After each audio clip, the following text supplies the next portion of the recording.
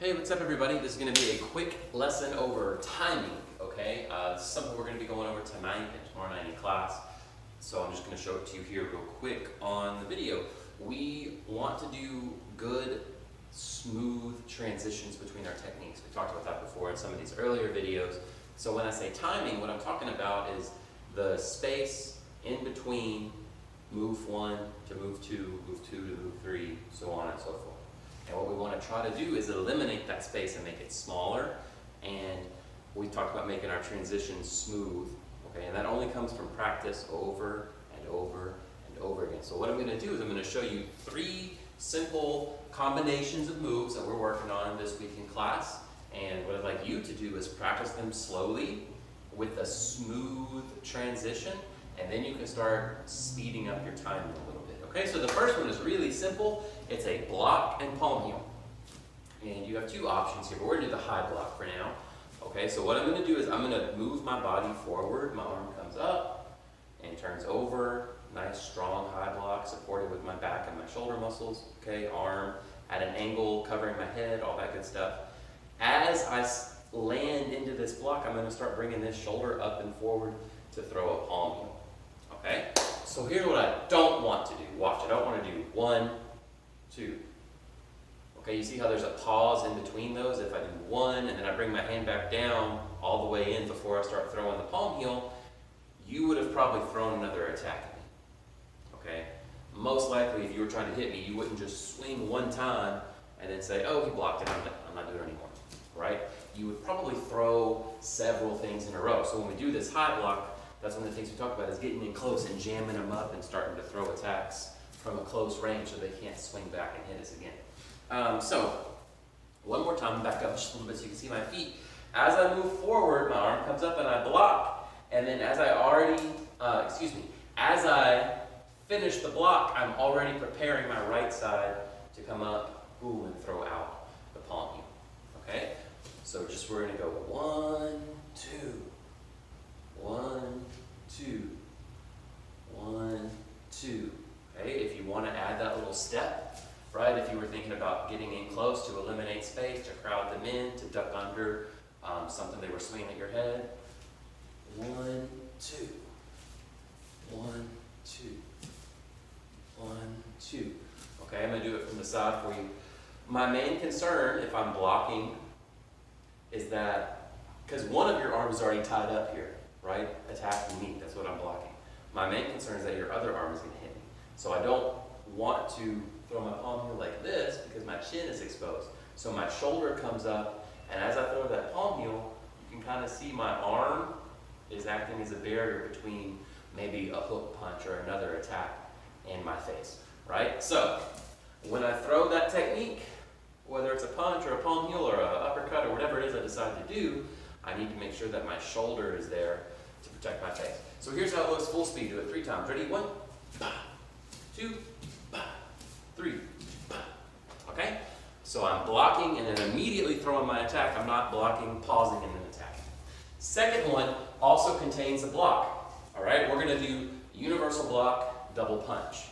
You could also add in a kick if you have learned that little combination before. You probably already know what I'm talking about. It's the very beginning of gold belt form. I'm going to block or block in front of my body. For the sake of this, I'm going to block and just pick my knee up in front of me so you can hear me. After I block, I'm going to step forward, and again, I'm already throwing the next attack. I'm already throwing the next move. I don't want to block, stop, punch. It takes too long, wastes too much time. So block, land, and in going into the next punch. Now, as this hand retracts, this hand is already coming out. Okay? And all the same stuff, good fighting stance, good hip movement, good body rotation for power. Okay, right now I'm more concerned about your timing, making sure everything's running smoothly, okay, than about how hard you're hitting. So I block, step forward, boom, boom. You could punch with the front hand if you wanted to, boom, boom. It doesn't matter which punch goes first. What's important is that the punch comes out as you land. Block, land, punch, punch. Block, land, punch, punch. So next step is to add a kick if you like. So I block and I can throw my punches, and then if I wanted to, as I bring this hand back in, I can go ahead and throw out the kick. But for now, if you need to, just focus on the punches, that's okay. So I block, step forward, this hand comes out, this one comes back in, next hand goes out, this hand comes back in, knee comes up to kick. Both punches, again, my shoulders need to make sure that they're protecting the sides of my head. When my punch leaves my face, if you were in class last week, we talked about this, my guards are up, right? When my punch leaves my face, my shoulder replaces my hand as my guard. So it comes up and out. And then as my hand comes back in, my shoulder can drop. Okay, so my shoulder replaces my hand, then my hand comes back and takes its spot, and the shoulder can go back. Okay? So the shoulders are an important part of your defense when you throw your moves. That's another reason it's really important not to punch like this. Because if I'm swinging back and reaching around to punch, I'm taking that shoulder away from my face. Okay, so even though I might feel like I get more power when I swing all the way around, I'm going to be a little slower and I'm going to be more exposed, and you might be able to hit me. So a couple times, smoothly, here we go. Block, step, punch, punch, and kick. Again, block, step down, punch, punch, and kick. A little bit faster. A little bit faster. Okay? So the way you get speed is not to punch and then try to punch faster, and then try to punch faster, and then try to punch faster. The way you build speed is to start off slow and then take the gaps in between your techniques away. Okay? The last one we're going to do is a spin kick. If you're not familiar with spinning techniques, you might need to break this one down a little bit more. That is okay. We've got other videos on spinning techniques, reverse side kick, spinning back fists, and hammer blows. You can check those out. But what this is going to be is a round kick into a spinning or a reverse side kick, okay? Reverse usually just means spin when we're talking about the names of kicks. So first, I'm just going to show you one time. I'm going to do a back round kick. So I pivot on my front foot, knee comes up, kick, turn my heel, look over my shoulder, and kick. Okay, back up a little bit so you can see my feet the whole time. The transition part that we're working on here is this. I don't want to kick, step, turn, and then kick again.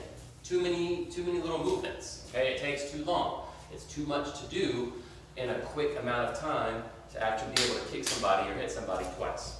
So instead, what I want to do, I pivot on this foot as I kick, and after my round kick, when I pull my foot in, I'm going to go ahead and keep twisting my hips so that my back is to you. So watch, I'm going to kick, pivot, and I twisted my hips all the way around.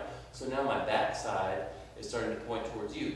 I've also gone ahead and put this foot down, turned, so my heel is pointed towards you. Okay? So just watch that step again. I'm going to kick my right leg, or my back leg in this case. I'm going to kick to the front, and as I set it down, I'm going to rotate and land already in position for the spinning kick. So, one, rotate. Then I just have to look over my shoulder and pick up my knee and kick. So there's no extra step, right? There's no adjustment step. 1, 2, right? That takes too long.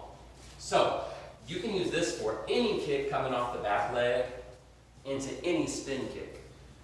Side kick, back kick, hook kick, crescent kick, any kind of crazy spin kick that you want to do, you can use this really simple setup. Okay? So watch again. As I throw my round kick, my body's already turning. I'm just going to continue that motion, look over my shoulder, pick up my knee and kick out. Okay? Again, nice and slow. Kick, rotate, kick. Side note about your spin kicks, where you put your foot is determined by where your target is. Okay, so if I was going to kick somebody who's standing right in front of me, and I throw this kick and they step back, I'm going to take a bigger step to get ready to spin and kick. If I throw this kick and they stay real close, I'm going to put my feet down closer together to get ready to spin and kick. So that's just something else to think about. If you are doing this on a target or on a bag, that will help you determine where to put your foot. Okay? So, a couple more times slowly. Back leg kick, boom, pivot, look, and kick again. Back leg kicks, land and pivot, boom, and go into that kick. Back leg kicks, land and pivot, and go into that kick. No matter how fast you're trying to spin, first thing that goes around should always be your head. Okay? This is just a real quick lesson going over some of the timing drills we're working on in class this week. If you have any questions, let me know. Keep checking out the YouTube channel. I'm going to put up a couple other videos today and tomorrow for you guys that are still at home, or those of you that just want some extra practice. So see you guys later. Thank you for watching. Goodbye.